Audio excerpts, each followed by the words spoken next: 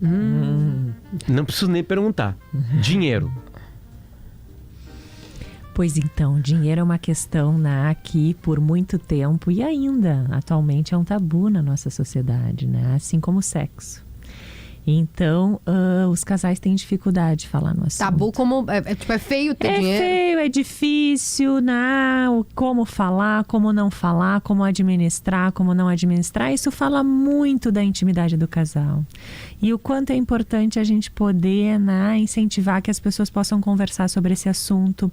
Porque o dinheiro, ele não é só o dinheiro, ele implica várias questões. Ele implica relações de poder, ele implica o equilíbrio, desequilíbrio, ele implica a sensação e autoestima de cada um, como cada um se relaciona com o dinheiro. Então, eu diria assim para os casais, se eles puderem conversar mais, sobre todos os assuntos, incluindo dinheiro e sexo. Que coisa louca, né? Porque lembra que uma vez eu apanhei aqui, Mari, de 2 grupos separados, vai entender por quê.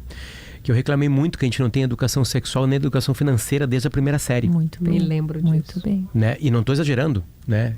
Claro que na primeira série ninguém vai lidar com o sexo do jeito que ele será. Mas nós somos seres sexuados desde que nascemos. Porque isso, a gente vai lidar com essas duas coisas obrigatoriamente na nossa vida. Uma delas, que é o dinheiro, muito mais. Né? Enfim, claro, se eu tratar o sexo não só como ato, aí sim. Sim, faz parte da vida. Ele vai estar no dia a dia, né? Enfim, né? E não se fala. E aí acarreta em problemas seríssimos em casamento, em relações de trabalho.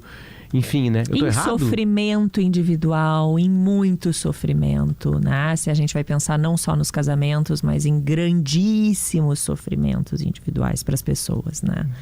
Então são 2 tabus. Chegam muito vocês. Dinheiro e sexo. Sexo falta, né? Olha, isso também é extremamente relativo, né? A gente tem, nos últimos tempos, sim, algumas diminuições das práticas sexuais em função do estresse da vida cotidiana, do tempo disponível para ficar juntos. Isso é uma coisa interessante, né? Porque para a gente poder ter uma vida sexual mais satisfatória, a gente tem que poder também ter o espaço livre, né? A gente pode... Coisas marcadas, programadas, organizadas, como se fosse mais uma tarefa cotidiana, não funciona. Mas o que eu tô vendo de gente falar sobre isso. Tem gente falando sobre sexo em horário marcado. Exatamente, né? Viaja pra isso. Eu acho que os casais célebres, falando sobre isso. Tudo bem, é importante a gente poder fazer uma diferenciação, que a gente inclua na nossa agenda esses espaços, mas que ele não seja mais uma tarefa dentre tantas outras. Absoluta, desculpa a palavra, porque senão não vai funcionar, né? porque a gente precisa, para a sexualidade, a gente precisa esquecer do compromisso de buscar o filho da escola, de comprar no supermercado, de pagar a conta. Isso não vai funcionar na cama. Fica instituído. Fica instituído. 4:30 da tarde. Não, broxante, né? Exato. A gente precisa... Sexo é viver, em alguma medida, espaços de libertação. Liberdade. De liberdade, de libertação desse modelo social que a gente tem. Né? Em como que eu vou viver momentos de libertação se eu tenho 30 minutos, 40 minutos, 1 hora, e em seguida eu vou ter que ir lá no banco resolver um problemão?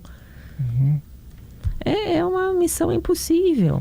Ao mesmo tempo, a gente também precisa incluir na nossa rotina, porque senão a gente não tem tempo para isso, do jeito como a gente vive hoje. Há um tempinho atrás, muito recentemente, a gente desenvolveu uma pesquisa com 750 casais, né? A Universidade Federal, ali o nosso programa envolvido de Ciências da Saúde, e mais 6 universidades, né, gaúchas, na qual a URGS era, né, o centro coordenador.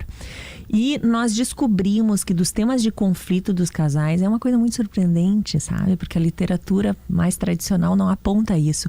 Que o tempo livre é um tema grande de conflito, é o primeiro tema de conflito entre 750 casais. A falta de tempo livre para estarem juntos. Administrar o tempo livre. Falta tempo livre. Quando tem tempo livre, a briga. Sobre o que fazer, como fazer, a frustração. Por exemplo, na prática, você vai ficar vendo série, você vai sair para um restaurante? Vamos brigar, né? Existem você vai outras. transar, Exatamente, exatamente. Qual é o programa que a gente vai fazer, né? E aí entram outras questões da relação, obviamente, né? Dinâmicas de poder, chateações e frustrações anteriores, elas acabam sendo depositadas justamente no que poderia ser um refúgio para essas de frustrações. acolhimento do amor, de fato. Exato.